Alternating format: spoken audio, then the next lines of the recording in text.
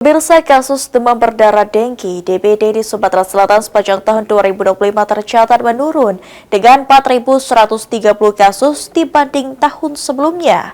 Namun memasuki awal tahun 2026, aktivitas nyamuk penyebar DBD diprediksi meningkat seiring musim hujan.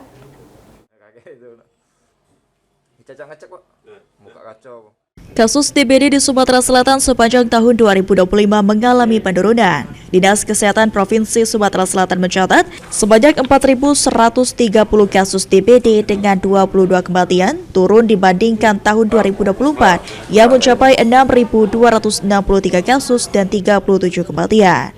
Meski menurun, Kota Palembang masih menjadi wilayah dengan kasus tertinggi, yakni 934 kasus sepanjang tahun 2025. Tingginya kepadatan penduduk dan kondisi lingkungan menjadi faktor yang mempengaruhi penyebaran penyakit.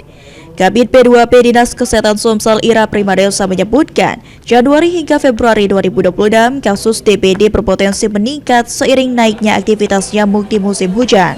Oleh karena itu, masyarakat diminta tetap waspada.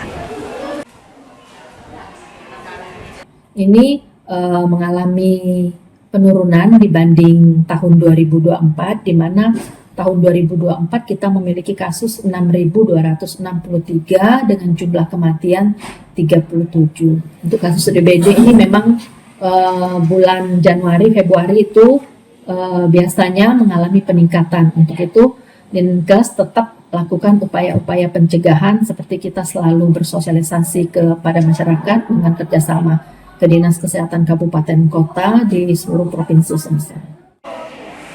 Sebagai pencegahan, warga dihimbau menerapkan 3M+, yaitu menguras dan menutup tempat penampungan air, memanfaatkan barang bekas, serta langkah tambahan seperti menggunakan obat anti nyamuk dan menjaga kebersihan lingkungan.